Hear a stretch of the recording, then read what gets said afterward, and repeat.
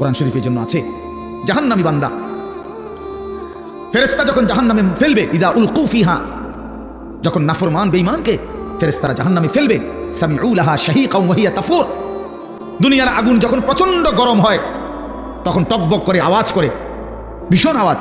এই জাহান্নামের প্রচন্ড গর্জন, সমুদ্রের ঢেউয়ের গর্জনের মতো জাহান্নামের আগুনের উত্তাপের গর্জন ওই নাফরমান শুনতে পাবে আর দেখতে পাবে। তাকাদু তামাইয়াজু মিনাল গাইজ, রাগে ক্ষোভে জাহান্নামের আগুন যেন ফাইটা যাইতেছে।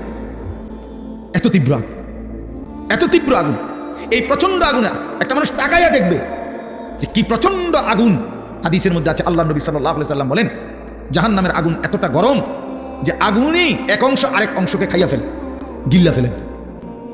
এই প্রচন্ড আগুনের মধ্যে জাহান্নামীকে ফেলবে, সে চিৎকার করবে আর ফেরেশতা তখন ধমক দিবে, আলাম ইয়াতিকুম নাদির, এই বেঈমান, তোরে কি কেউ জাহান্নামের ভয় দেখায় নাই?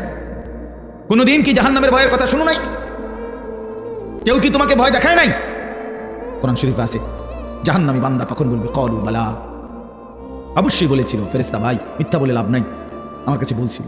কাজে জাহান্নামী তখন ফেরেশতাকে বলবে, ওয়াকালু লাউ কুন্না নাসমাউ আও নাআকিলু, হায় বন্ধু, হায় ফেরেশতা ভাই, আমি যদি সেদিন দুনিয়াতে একটু শুনতাম মনোযোগ দিয়ে, অথবা বুঝতাম বিষয়টা নিয়ে ভাবতাম, একটু ভাবতাম, মা কুন্না ফি আসহাবিস সাঈর, তাহলে আজকে আমি জাহান্নামী হতাম না।